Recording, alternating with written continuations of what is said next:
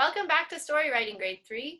Now that you have developed a plan and have an idea of what you would like to write about, you can begin writing your story. Today you are going to begin Step 3, Writing an Entertaining Beginning. In the Google Slides Step-by-Step Guide to Story Writing, you can look at slides 4, 5, and 6.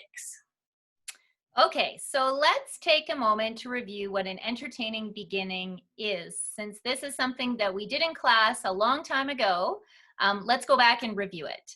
An entertaining beginning is the first thing that your reader is going to look at. Therefore, your entertaining beginning has to be really exciting.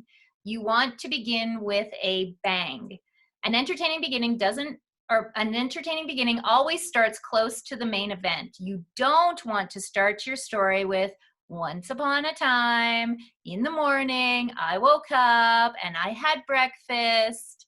You want to assume that your character has already done those things and you start your entertaining beginning as close to the action as you can. Excellent. So there are 4 things that every good beginning includes. You need to have some type of action. So as the person telling the story, what are you doing? Where are you going? What is happening? Next, you need to have a thought or question. So what are you thinking about? Maybe you're thinking about what's going to happen in the adventure, where you need to go. You also need to include a little bit of dialogue. So when we say a little bit, we mean 1 or 2 sentences of someone talking. Be careful, you don't want to have a story that is all, he said this, then she said, then I said, then they said. It becomes really, really confusing. So remember to use quotation marks when you do use dialogue so that we know someone is talking in the story. So for example, here we have, please help me, the king shouted. So here, when you start your dialogue, you need to have a quotation mark. And when the person is done talking, you need to have another quotation mark to close it off. After you do that, you need to say who the person was that was talking. So if it was yourself, you could say, please help me, I shouted, or please help me, the king shouted. And so if you're using dialogue, you don't always want to say, I said, she said. You can be a little bit more exciting with the vocabulary that you choose. So if someone is shouting, make sure you say that they've shouted. If they're whispering, you could say, please help me, the king whispered. And either of those work. Last, you want to think about adding a sound to your entertaining beginning. So an entertaining beginning should be between 5 and 7 sentences long. And you don't want to write any more than 10 sentences. Perfect. Okay, so on page 5 of the Google Slides, you can read 2 classroom examples of entertaining beginnings. One of them is from Madame Cuban's class, and the other one is from my class. In the examples, you can see the 4 elements that you need to include, and they're both very different genres of fantasy stories with very different storylines. So they're 2 really good examples to help you to make sure that you're on the right track.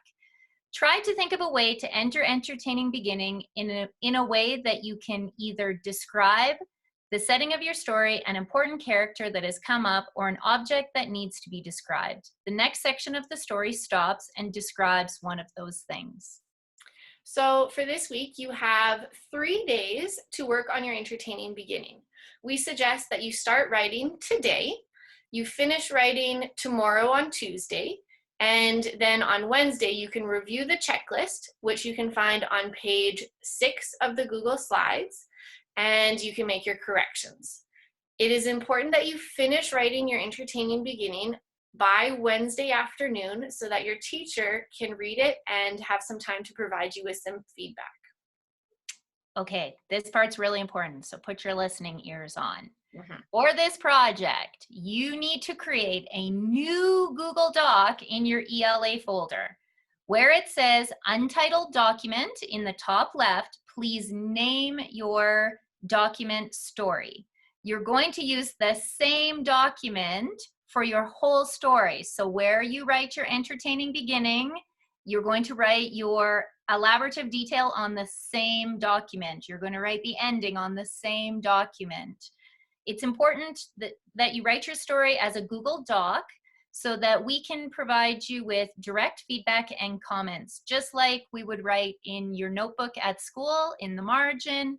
We want to be able to do that onto your story. So it's important that you have it all in one doc and that you do put it in a doc instead of writing it and uploading a picture.